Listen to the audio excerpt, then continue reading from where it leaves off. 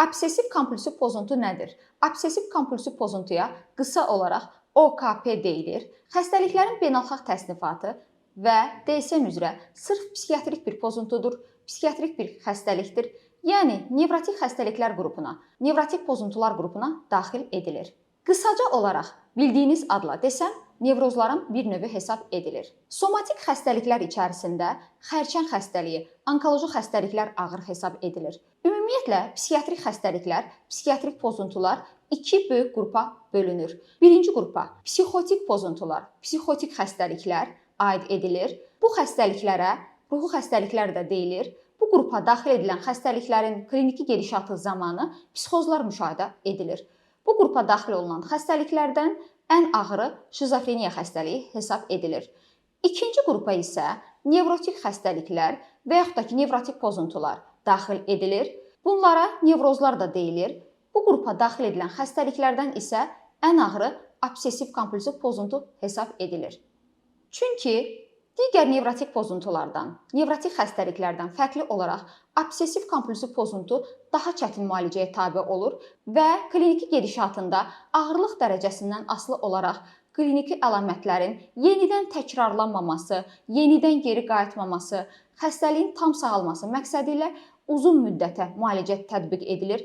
Bəzən bu 2 ilə qədər, bəzən isə 2 ildən artıq müddətdə müalicə təyin edilə bilər. Obsessiv kompulsiv pozuntuya xəstəliklərin beynəlxalq təsnifatı üzrə köhnə nomenklaturada əvvəllər sarışan hallar nevrozu deyilirdi. Sarışmaq sözünün mənası beyinə daxil olan həmin düşüncələrin və fikirlərin beyində fırlanması, dolaşması, həmin düşüncələrin və fikirlərin beyinə yapışması, hopması, qopmaması anlamına gəlir. Bu beyinə daxil olan düşüncələr şəxsin təfəkkürünün öz məhsuludur. Yəni şəxsin iradəsindən asılı olmadan bu fikirlər və düşüncələr onun beyninə daxil olur. Bu düşüncələr və fikirlər bəzən məntiqli, bəzən qismən məntiqli, bəzən isə məntiqsiz şəkildə yaranır. Yaxın və yaxud da ki, uzaq ehtimalları nəzərə alaraq yaranır. Məsəl üçün, şəxsin keçmişində yeniyetməlik və uşaqlıq çağında hər hansısa bir travması varsa və yaxud da ki, yaxın dövrdə hər hansısa bir stres faktoru keçiribsə, bunlara bağlı olaraq yarana bilər. Bu düşüncələr və fikirlər şəxsin beynində cərəyan edir. Gün ərzində onun ağlından çıxmır. Ona narahatlıq, gərginlik, həyəcan, təşviş, qorxu, təlaş, tədirginlik, qıcıqlılıq, əsəbilik yaradır. Nəticə etibarilə həmin bu yaranan düşüncələrə və fikirlərə obsessiyalar deyilir. Bu obsessiyalar fonunda yaranan narahatlıqları aradan qaldırmaq məqsədi ilə şəxs dəfələrlə eyni hərəkətləri, eyni davranışları təkrarlamış olurlar.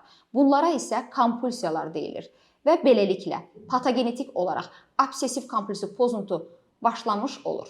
Bu pozuntu insanların rutin həyatını pozar, həyat keyfiyyətini aşağı salar, funksionallığını azaldar, əmək qabiliyyətini, iş qabiliyyətini aşağı salar, insanlarla olan münasibətinə, iş yoldaşları ilə, məktəb yoldaşları ilə, universitet yoldaşları ilə, ailədə olan münasibətlərinə mənfi təsir göstərər, ünsiyyətini pozar, davranışlarını pozar, nəticə etibarilə onun kənar şəxslərdən münasibətlərinə mənfi təsir göstərərək uzaqlaşdırar. Bütün bu obsessiv düşüncələr və fikirlər fonunda kənar şəxsləri də bezdirər, yorar, onlarla ünsiyyətini pozmuş olar. Daha sonralar isə Dünya Səhiyyə Təşkilatı tərəfindən obsessiv kompulsiv pozuntu adı verilmişdir. Hal-hazırda xəstəliklərin beynəlxalq təsnifatında obsessiv kompulsiv pozuntu diaqnozu adı altında yerləşdirilmişdir. DSM üzrə isə obsessiv kompulsiv pozuntu spektr və yaxud da ki, obsessiv kompulsiv pozuntu və ona bağlı xəstəliklər qrupu daxil edilir. Bu xəstəliklər qrupuna 3 xəstəliyi qeyd edərdim. Birincisi trichotilomaniya. Buna saç yolma, tük yolma və yaxud da ki, qıl yolma pozuntusu deyilir. Bu xəstəlik adətən yeniyetməlik çağında qız uşaqlarında müşahidə edilir. 13-14 yaşlarında yaranar. Şəxs hər hansısa bir imtahan həyəcanı ilə, məktəb həyəcanı ilə bağlı olaraq başının tüklü nahiyəsindən, alın, gicgah, ənsə, təpə nahiyələrindən, qoltuqaltı, qasıq nahiyələrindən bir və yaxud bir neçə tükü qopararaq bəzən həmin tükü atar, bəzən isə özündə yaranmış narahatlıq, gərginlik, həyəcan, təşviş, təlaş, tədirginlik, qıcıqlılıq, əsəbilik vəziyyətini aradan qaldırmaq məqsədi ilə həmin tükləri çeynəyərək dəfələrlə çeynəyərək udar və bir müddətdən sonra artıq mədədə saç kütləsinin yaranmasına, bezuarların formalaşmasına səbəb olar və bununla bağlı olaraq gələcəkdə cərrahi əməliyyat vasitəsilə həmin bu bezuarlar orqanizmdən kənarlaşdırılar. İkincisi, dermatelomaniya aid edilir. Buna dəri yolma pozuntusu və yaxud da ki, tibbi termin olaraq ekskorasiya pozuntusu deyilir. Dəri yolma pozuntusu da yeniyetməlik çağında müşahidə edilən bir pozuntudur. Bu zaman yeniyetmə qız və yaxud da ki, oğlan dırnağının kənarlarını didərək çıxarar və yaxud da ki, yeniyetməlik çağı ilə bağlı olaraq hormonal dəyişiklik fonunda bədənin müxtəlif nahiyələrində üzündə yaranan sivilcə və yaxud da ki, sızanaqları aradan qaldırmaq məqsədi ilə iki barmağı ilə və yaxud da ki, küt və yaxud da iti alətlə basaraq dərinin zədələnməsinə, dərinin qoparılmasına, maserasiyasına qədər gətirib çıxardan bir vəziyyət yaradar. Nəticə etibarilə bu pasientləri bizə adətən dermatoloqlar, yəni dəri həkimləri yönləndirmiş olar. Üçüncüsü isə bədən dismorfik pozuntu və yaxud da ki, buna dismorfofobiya deyilir. Bu pozuntu da yeniyetməlik çağında müşahidə olunan bir pozuntudur.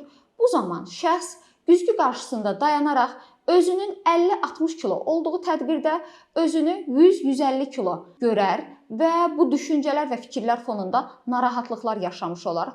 Xüsusilə qız uşaqlarında üz bölgəsi, burun, dodaq, çənə, qulaq nahiyələrinin ölçüsü, onların görünüşü, forması ilə bağlı olaraq narahatlıqlar keçirməyə başlayar, kompleks yaşayar. Oğlan uşaqları isə əzələ kütləsi ilə bağlı olaraq, xüsusən kürək əzələlərinin ölçüsü və forması ilə bağlı olaraq narahatlıqlar yaşayar və nəticə etibarilə bu şəxslər dəfələrlə müxtəlif plastik və estetik cərrahlara müraciət etmiş olarlar. Bizə pasientlər çox gecikmiş mərhələlərdə öz yaxın qohumlarının, ailə üzvlərinin təşəbbüsü ilə müraciət etmiş olurlar. Obsessiv kompulsiv pozuntu necə yaranar?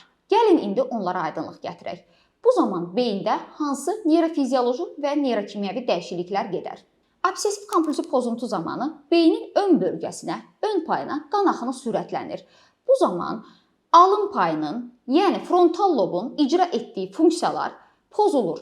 Alın payına bəzən qərar verici bölgədə deyilir.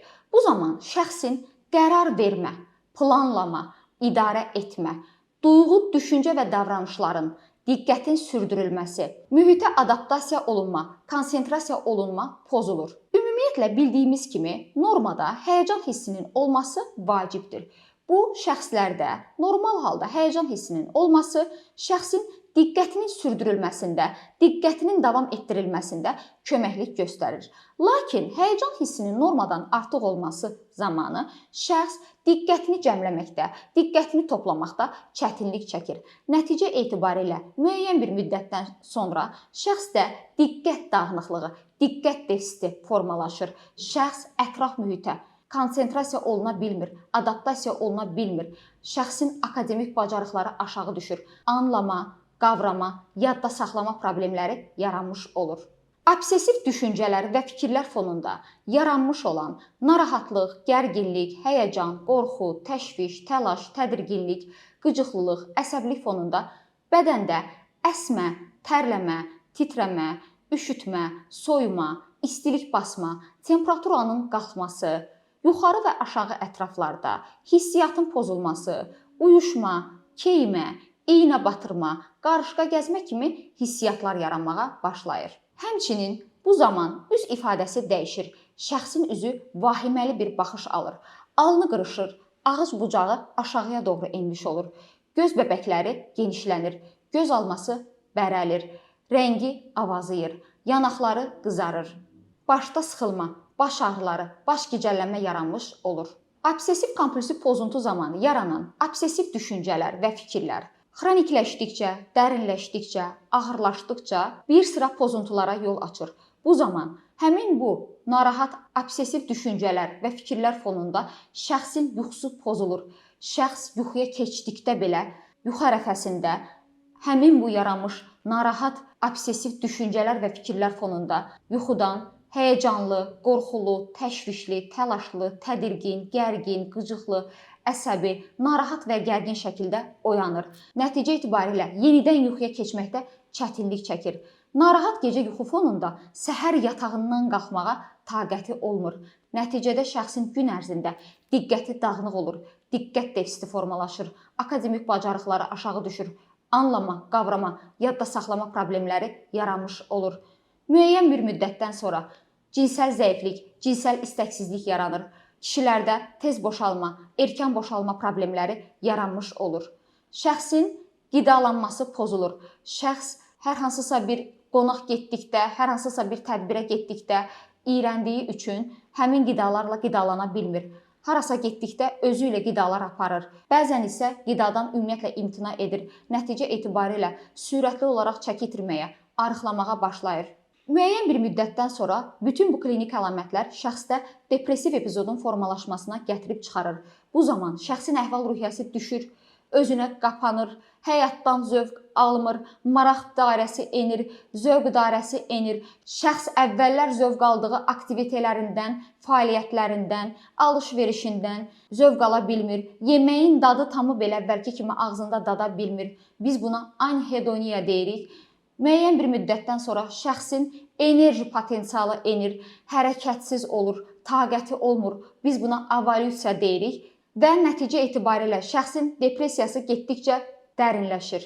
Şəxs belə bir ifadələr söyləyir. Pasiyentimin dilindən deyiləcək sözləri deyəcəyəm. Doktor, bezmişəm, yorulmuşam, artıq yaşamaq istəmirəm, ölüb qurtarsaydım canım dincələrdi deyə ifadələr işlədirlər. Artıq bu halda şəxsin intihar fikirləri formalaşır. Bəzən müayinəmə müraciət etmiş pasiyentlərdə anamnezində intihar girişimləri və intihar cəhdlərinin olması da məlum olur. Obsessiv kompulsiv pozuntunun hansı növləri vardır? Gəlin indi isə bunlara nəzər yetirək. Birincisi şizoobsessiyalar. Bunlara magik düşüncəli və yaxud da ki şübhəçi obsessiyalar deyirlər. Bu obsessiya növü xəstəliyin, yaranan düşüncələrin və fikirlərin nevrotik səviyyədən psixotik səviyyəyə keçən, yəni obsessiyadan paranoyaya keçən bir növüdür. Mən bunu bir neçə örnək gətirməklə izah etməyə çalışacağam. Hal-hazırda stulda əyləşmişəm. Mənə elə gəlir ki, əyləşdiyim bu stuldan bir neçə dəfə oturub qalxmasam, buradan çıxandan sonra başıma hər hansısa bir pis hadisə gələcəkdir. Və yaxud da ki, stolun üzərində olan çaşqanı bir neçə dəfə götürüb yerə qoymasam, buradan çıxandan sonra hər hansısa bir bədbəxt hadisə ilə rastlaşacağam. Eyni qaydada peçatı bir neçə dəfə götürüb qoymasam, hər hansısa bir pis hadisə başıma gələcəkdir. Digər bir misal gətirərdim. Yol gedərkən şəxs maşın idarə edir, maşından düşərək dəfələrlə maşının önünə, arxasına, altına baxır. Ona elə gəlir ki, o yol gedərkən hər hansısa bir heyvanı və yaxud da ki, insanı vurmuşdur, onu axtarır və bunun nəticəsində şəxs yolda dayanaraq tıxac yaratmış olur. Digər bir misal, şəxs tualetdə otura bilmir. Ona elə gəlir ki, o tualetdə oturarkən onun cinsiyyət orqanı, cinsiyyət üzvü hər hansısa bir həşərat tərəfindən qoparılacaqdır, zədələnəcəkdir və nəticə etibarilə şəxs qorxur, həyəcanlanır və artıq sidyə və nəcisə çıxmaq istəyərkən öz böyük və kiçik bayrağını salafan və ya da kağız torbalar üzərinə etmiş olur və bu dəhşətli bir mənzərədir. Digər bir misal, şəxsin burnuna pis qoxular gəlməyə başlayır. Şəxsin burnuna kül, tüstü, qaz və ya da müxtəlif spirtli vasitələrin iyləri gəlməyə başlayır və bunu axtarmağa başlayırlar. Evi, olduğu məkanda gəzərək iyin hardan gəldiyini araşdırmağa başlayırlar. Bu narahatlıq get-gedə artır. Bunun səbəbi isə vaxtilə hər hansısa bir keçirilmiş travmanın nəticəsidir. Məsəl üçün, qonşuda nə vaxtsa yanğın olub, bu yanğın fonunda faciəvi bir hadisə baş verib, hər hansısa bir insanın həyatının itirilməsinə səbəb olub və yaxud da ki, kimsə qonşuda dəm qazından zəhərlənibdir və nəticədə bu travmatik hadisə beyində toplanıb qabıqaltı mərkəzlərdə qalıb və müəyyən bir hər hansısa bir stres faktoru yarandıqda qıcıqlanaraq, təkan verərək yenidən bu hallar üzə çıxmış olur. Digər bir misal kimi şəxs, qadın pəncərə qarşısında dayandıqda öz uşağını qucağında tutmaqdan qorxur. Ona elə gəlir ki, onun uşağını qucağından pəncərədən bayıra atacaqdır. Bu dəhşətli bir mənzərədir. Və yaxud da ki, şəxs, qadın mətbəxdə öz uşağını qucağında tutarkən mətbəx bıçağı vasitəsilə ona xəsarət yetirəcəyi düşüncələr yaranmağa başlayır. Nəticə etibarilə qadın uşağını qucağına ala bilmir, uşağını kimisə qucağına verə bilmir. Onda qorxu və həyəcan yaranmış olur. Bu hallar adətən travmatik hamiləlik keçirən qadınlarda, gec uşağa sahib olan qadınlarda, hamiləlik dövründə hər hansısa bir ağır infeksion xəstəlik keçirən qadınlarda müşahidə olunan bir pozuntudur. Belə analardan doğulan uşaqlarda gələcəkdə diqqət əksikliyi və hiperaktiv pozuntu, davranış pozuntusunun yaranma ehtimalı yüksəkdir. Digər bir obsessiya növü kimi şəxs kişidir, mütəmadi olaraq alkoqol və narkotik vasitələrdən istifadə edir.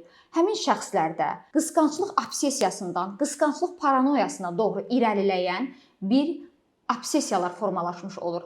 Şəxs öz həyat yoldaşını, öz qadınını aşırı dərəcədə qısqanmağa başlayır. Şəxs evdən bayıra çıxarkən qapının üzərinə sərilmiş tənzifi simmetriya ilə qoyar və əgər həmin simmetriya pozulmuşsa, ona elə gələr ki, o evdən çıxdıqdan sonra onun həyat yoldaşı evə hər hansısa bir kişini dəvət edər və onunla cinsi əlaqədə olar. Digər bir misal kimi, şəxs vanna otağında, kafelin üzərində, divarın üzərində və yaxud da ki, sabunun üzərində kişi tükləri axtarmağa başlayır. Digəri misal kimi, şəxs kişi pərdəni divara iynə və yaxud da ki, mismar vasitəsilə bərkidər və o evdən çıxdıqdan sonra həmin mismar və yaxud da iynə tərpənərsə, o elə düşünər ki, onun həyat yoldaşı digər bir kişilərlə ünsiyyətdə olmuşdur. Şəxs mətbəxdə qab-qacaqları simmetriya ilə düzər və qab-qacaqların yeri dəyişərkən həyat yoldaşı evə hər hansısa bir kişinin gətirdiyini düşüncələri yaranmağa başlayar.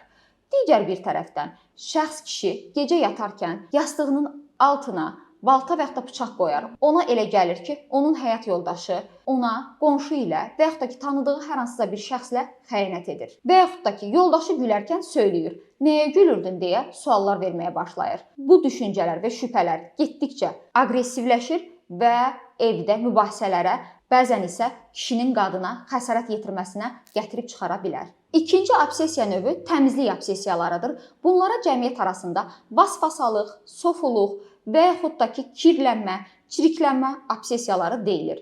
Bu zaman şəxs hər yerin mikroba bulaşmasını düşünər, hər yerin çirkli və kirli olduğunu düşünər. Şəxs hər hansısa bir ağır infeksion xəstəliyə yoluxacağını düşünər. Eyni zamanda hər hansısa bir yerə toxunarkən onun xərçəng xəstəliyinə yoluxacağını düşünər və bu düşüncələr fonunda onda narahatlıqlar yaranmağa başlayar. Bu şəxslər yol gedərkən əllərini bu formada dirsəklərinə qoyaraq gəzərlər, əlcəklərdən istifadə edərlər. Əlcək tapmadıqda isə kağız, salafan torbalardan və yaxud da ki, corabdan istifadə edərlər, maskalardan istifadə edərlər. Yoluxacağı qorxuları yaranmağa başlayır.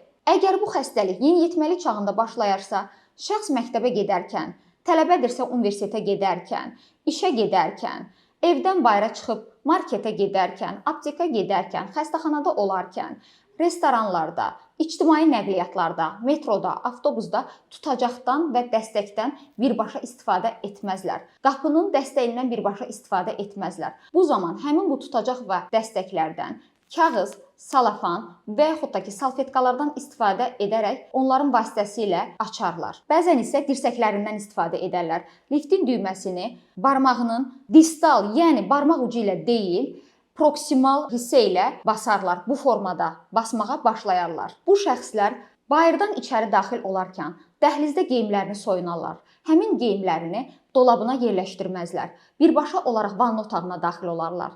Geyimlərini dəfələrlə yuduqdan sonra həmin geyimləri dolaba yerləşdirməzlər. Həmin geyimləri salafan və yaxud da ki, kağız torbalara və yaxud da qutulara yerləşdirərlər və dolabın rəflərinə yerləşdirmiş olarlar. Onlara elə gəlir ki, əgər bu formada etməsələr, onların geyimləri hər hansısa bir mikroba yoluxacaqdır və onlar hər hansısa bir ağır xəstəliyə düçar olacaqlar. Eyni zamanda şəxs kənardan qonaq gəldikdə belə qonağın həmin geyimdə, evdə, divanda, kresloda, stulda oturmasına şərait yaratmazlar. Narahatlıqlar keçirməyə başlayarlar. Qonaq getdikdən sonra belə stulu, kreslonu, divanı dəfələrlə yumuş, yuyucu vasitələrdən aşırı dərəcədə istifadə etmiş olurlar. Bu şəxslər ümumiyyətlə qonaq qəbul etməyi sevməzlər. Qonaq gələrkən belə hər hansısa bir qızartmalı yeməkləri istifadə etməzlər. Əgər divara yağ çırtlayıbsa, bu zaman həmin yeri dəfələrlə yuyarlar və yaxud da ki, qonaq getdikdən sonra evdə pərdəni yuarlar, oturacaqların üzərini yuyucu vasitələrlə dəfələrlə təmizləyərlər. Bir pasiyentimdən növünə gətirirəm ki, pasiyentim həftə ərzində bir neçə dəfə öz xalçalarını xalça yuyma mərkəzlərinə yuyulmaq üçün təqdim edirdi. Bu şəxslər əllərini dəfələrlə yuyarlar, vanna otağında aşırı dərəcədə vaxt keçirərlər, daha çox çimməyə, yuyulmağa meylli olarlar. Əllərinin dəfələrlə yuyulması fonunda aşırı dərəcədə sabun istifadə edərlər. Bəzən günə 2-3 sabun istifadə etmiş olarlar. Litrlərlə yuyucu vasitələrdən, spirtdən istifadə etmiş olarlar. Nəticə etibarilə şəxsin bu zaman əlcək simptomu şəklində əllərində sanki xəmir yoğuran qadın əllərini xəmirə necə qoyursa, ona necə bulaşmış olursa, əllərinin üzərində ağ ləkələr yaranmağa başlayır. Nəticədə dərinin zədələnməsi, maserasiyası, dərinin qabıqlanması və soyulması baş verir. Və bu şəxslər utanc hissi keçirirlər. Evdən bayıra çıxarkən bəzən ictimai yerlərdə əlcəklərdən istifadə edirlər. Dərisinin bu şəkildə zədələnməsindən kompleks keçirirlər. Pasiyentim xanımdır. O evdə öz həyat yoldaşından və övladlarından başqa kimsə o tualetə gələrsə, qonaq gələrsə, keçdikdən sonra onda artıq narahat düşüncələr yaranmağa başlayır. Buna elə gəlir ki, artıq o tualet istifadə oluna bilməz. İstifadə olunarsa belə ona hər hansısa bir ağır xəstəlik yoluxacaqdır və həmin bir tualeti təmizləyici və yuyucu vasitələrlə yusa belə sakitləşə bilmir. Bu narahatlıq duyğusu ondan əl çəkmir və pasiyentim dəfələrlə bir neçə ev dəyişdirmiş olur. Üçüncü obsessiya növü kimi isə kontrol obsessiyalarını qeyd edərdim. Kontrol obsessiyaları və yaxud da ki, buna yoxlama obsessiyaları deyilir. Şəxs evindən işə gedərkən və yaxud da işdən evə qayıdarkən çox uzun müddət vaxt itirmiş olur. Saatlarla vaxt itirmiş olur. Bəzən isə gecikir, getdiyi yerə vaxtında çata bilmir. Şəxs qapını dəfələrlə yoxlayır. Qapını bağladımmı, bağlamadımmı? Qapının dəstəyini dəfələrlə yoxlanması fonunda qapının dəstəyi korlanmış olur. Bəzən bir neçə həftədən bir, ayda bir dəfə qapının dəstəyini dəyişdirmiş olurlar. Və yaxud da ki, şəxs qazı bağladımmı, bağlamadımmı deyə düşüncələr yaranmağa başlayır. Nəticədə şəxs qazın açarlarının istiqamətinə baxır, açarların düzgün istiqamətdə olub-olmamasına və yaxud da ki, əllərini qazın açarının yanına qoyaraq orada istiliyin olub-olmamasına, qulağını aşağıya doğru endirər və oradan səsin gəlib-gəlməməsinə fikir verər, qazın açıq qalıb-qalmamasına diqqət yetirər və bunu dəfələrlə təkrarlamış olar. Və yaxud da ki, şəxs elektrik çaynıqı işlədirsə, görəsən onu çıxardımmı, çıxarmadımmı, işığı söndürdümmü, söndürmədimmi, şəxs suyu bağladımmı, bağlamadımmı deyə təkrarlanan düşüncələr yaranır və nəticədə şəxs həmin bu kranı dəfələrlə qaldıraraq suyu gəlib-gəlməməsini yoxlayır və nəticədə onun zədələnməsinə və daha tez-tez dəyişdirilməsinə gətirib çıxarır. Digər bir tərəfdən ütünü çıxardımmı, çıxarmadımmı və yaxud da ki, telefonun adapterını görəsən düzgün taxdım yoxsa taxmadım, görəsən telefon zaryadka yığır yoxsa yığmır.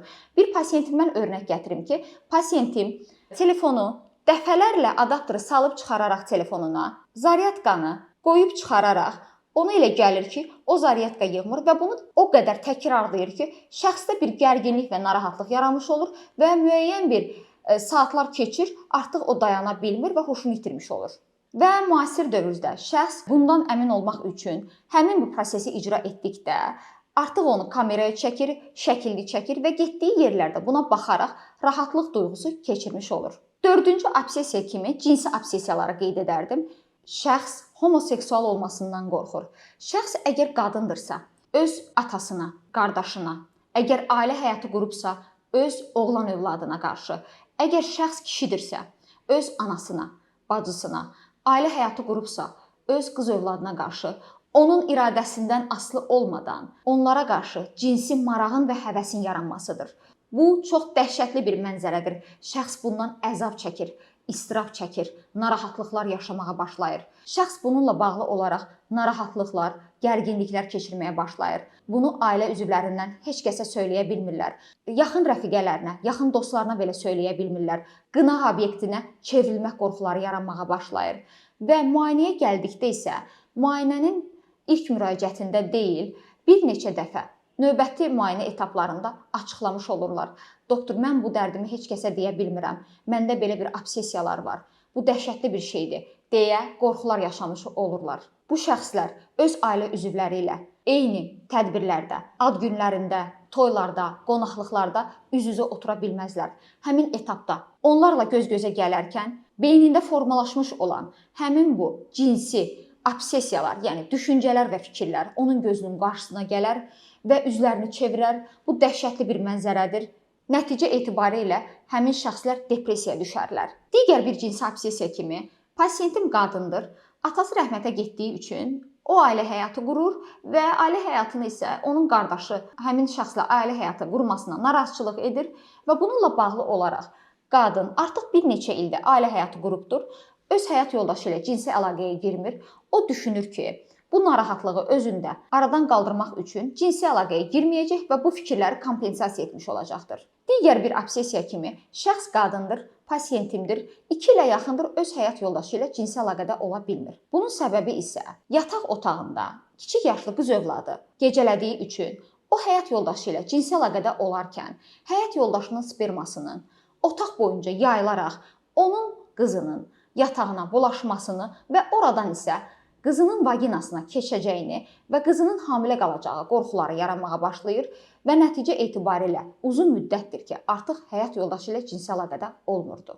Nəticədə bu hallar ailə həyatının dağılmasına, boşanmalara gətirib çıxaran bir vəziyyətin formalaşmasına gətirib çıxarır. Çünki şəxs bunu ailə üzvlərinə, həyat yoldaşına deyə bilmir və bununla bağlı olaraq qorxular, narahatlıqlar yaşamış olur.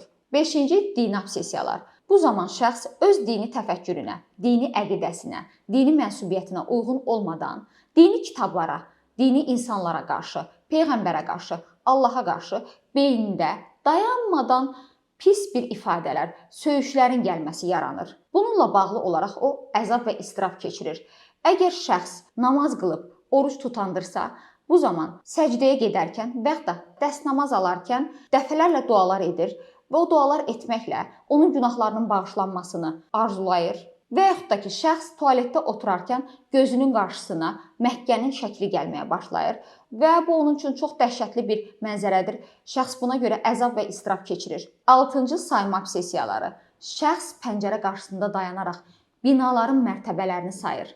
13 mərtəbə, 20 mərtəbə və yaxud da ki, şəxs pəncərə qarşısında dayanaraq binaların mənzillərinin rənglərini sayır. Eyni rəngdə olduğunu uyğunlaşdırır. Şəxs yol gedərkən maşınların nömrələrini uyğunlaşdırır, əzbərləyir. Pasiyentimdən bir örnək gətirim. Pasiyentim maşın gedərkən hər hansısa bir maşının nömrəsini əzbərləməzsə, arxasınca qaçardı. Ona elə gəlir ki, o nömrəni bilməzsə, onun başına hər hansısa bir ağır faciəvi hadisə gələcəkdir. Digər bir sayma obsessiyası kimi şəxs pasiyentimdir, xanımdır, təxminən 45-50 yaşlarındadır. Bu şəxs əvvəlcə evində olan yaxın ailə üzvlərinin, daha sonra xəstəlik dərinləşdikcə qonşuların, qohumların, daha sonralar isə yad insanların, küçədən keçərkən belə tanımadığı insanların adını və soyadını soruşaraq özündə qeydiyyat aparar, bir dəftər tutmuşdur.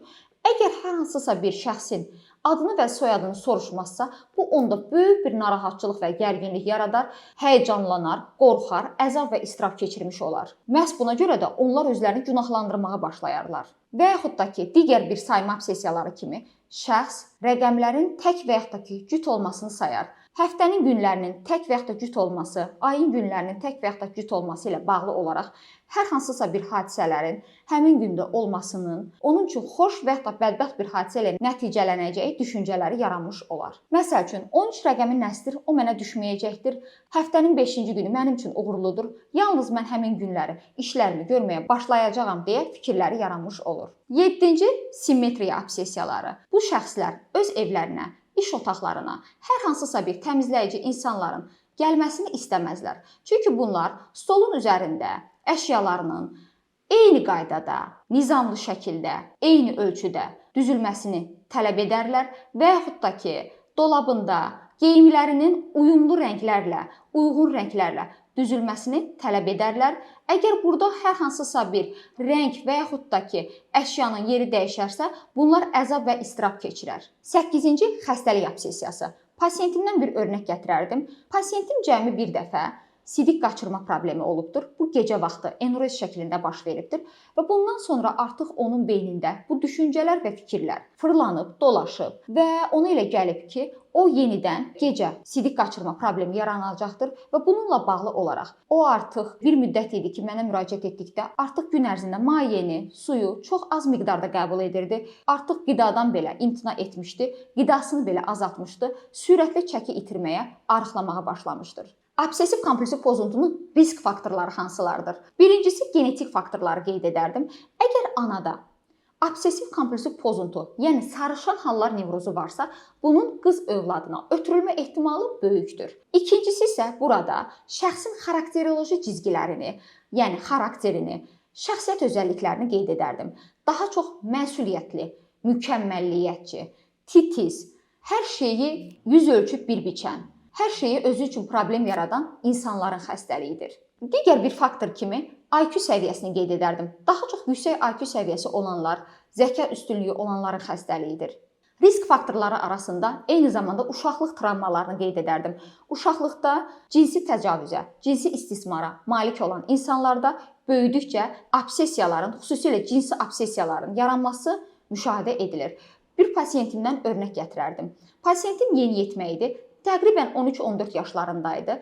Pasiyentim öz atalığı tərəfindən dəfələrlə təkrar cinsi zorakılığa məruz qalmışdır. Və pasiyentim müəyyən bir müddət keçir, o evlənir, artıq böyüyür və onun oğlan övladı dünyaya gəlir. Şəxs bu keçirmiş olduğu psixoloji travmaya bağlı olaraq onun da öz oğlan övladına qarşı, onun iradəsindən asılı olmadan cinsi maraq və həvəs yaranır. Bu həmin xanım üçün dəhşətli bir mənzərə idi. Onu ifadə edərkən belə, danışarkən belə çox böyük gərginlik və narahatçılıq keçirirdi. Və bu onun üçün əzabverici bir hallar idi.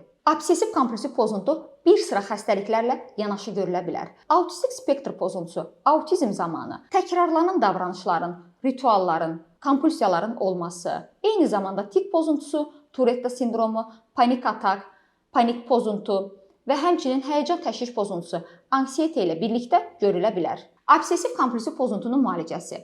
Ümumiyyətlə, obsessiv kompulsiv pozuntu müalicə olunurmu, tam sağalırmı suallarına cavab verək. Obsessiv kompulsiv pozuntu digər nevrotik xəstəliklərdən, nevrotik pozuntulardan fərqli olaraq daha çətin müalicəyə tabe olur.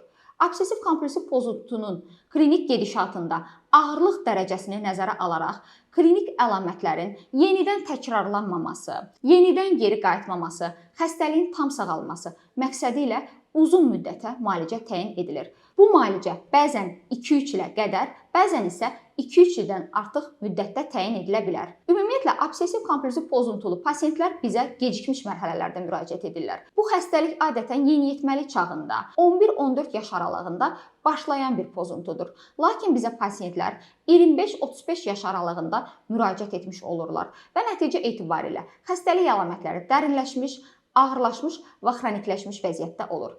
Həmçinin pasiyentlər ilk dəfə psixiatra müraciət etməzlər. Bunların ən çox müraciət etdikləri həkimlər digər ixtisaslı həkimlər olurlar. Nevroloqlar, nevropatoloqlar, kardioloqlar, terapevtlərə müraciət etmiş olurlar. Obsessiv kompulsiv pozuntu zamanı iki üsuldan istifadə edilir. Birincisi psixoterapiya. Burada ən çox koqnitiv davranış terapiyalarından istifadə edilir. Lakin bizə müraciət etmiş olan pasiyentlər ağırlaşmış mərhələlərdə olduğu üçün farmakoterapiya, yəni dərman müalicəsi daha effektiv olur.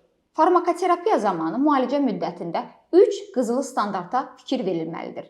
Birincisi, düzgün təyin edilmiş diaqnoz. İkincisi, təyin edilmiş dərmanın dozasının effektiv və terapevtik dozada olması. Üçüncüsü isə müalicənin müddətidir. Yəni ki, müalicə yetərli müddətdə, yetərli zaman ərzində təyin edilməlidir. Müalicə müddətində dərmanları vaxtından əvvəl kəsmək, azaltmaq, istifadə etməmək olmaz. Çünki əgər müalicə 2 ilə qədər sürərsə, ilk 3 ayında effekt əldə etmişiksə, müalicənin kəsilməsi doğru deyildir.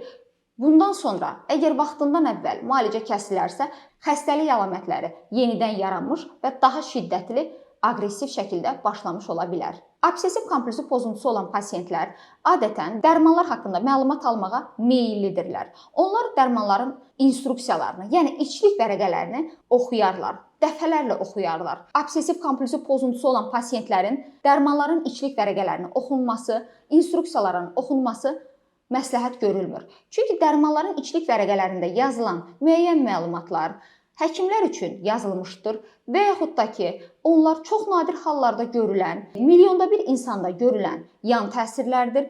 Obsessiv insanlar bunları oxuduqda həmin bu fikirləri beyninə yerləşdirər, dərmana başlayar-başlamaz dərhal özündə o halları formalaşdırmış olar. Əgər şəxs müalicə müddətində təyin edilən dərmanlarla paralel olaraq narkotik vasitələrdən və alkoqoldan, spirtli içkilərdən istifadə edərsə, bu zaman nəticədə bu fermentlərin, enzimlərin fəaliyyəti, funksiyası artdığı üçün dərmanların orqanizmdə parçalanması, orqanizmdən atılması sürətlənir və nəticə etibarilə müalicə müddətində dərmanların effektiv dozası aşağı düşür, xəstəliyin sağalması gecikir və xəstəlikdə irəliləyiş ləngimiş olur. Sizin psixiatr həkiminiz doktor Aytən Namazova.